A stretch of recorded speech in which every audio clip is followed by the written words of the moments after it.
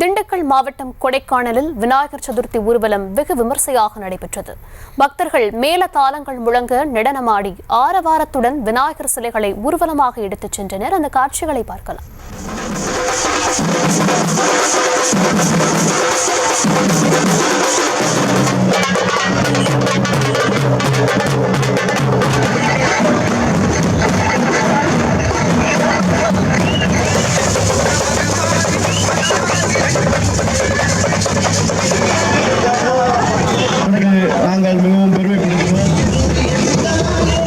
விவரங்களுடன் இணைக்கிறார் செய்தியாளர் குறிஞ்சிவேல். வணக்கம் குறிஞ்சிவேல், விவரம்.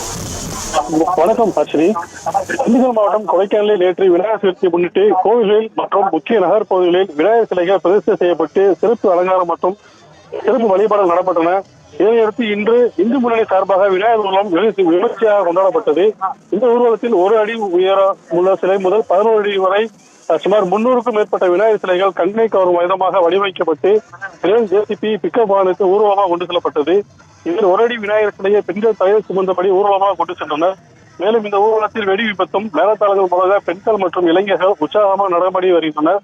இந்த நிலையில் விநாயகர் சிலை ஊர்வலமானது ஏரி சிலை துவங்கி பேருந்து நிலையம், அண்ணா சாலை, மூஞ்சுக்கல் உள்ளிட்ட நகரின் முக்கிய பகுதிகளில் ஊர்வலமாக கொண்டு செல்லப்பட்டு கொடைக்கானல் அரசு மேல்நிலைப் பள்ளி அருகே உள்ள ஆற்றில் விநாயகர் சிலைகள் அனைத்தும் கரைக்கப்பட்டது. இந்த ஊர்வலத்தில் கிரெயின் வாகனங்கள் விநாயகர் ஊர்தியில் ஆடுவது போன்று வடிவமைக்கப்பட்டது. பார்வையாளர் விரிவாக கவர்ந்தது. ஹர்ஷினி,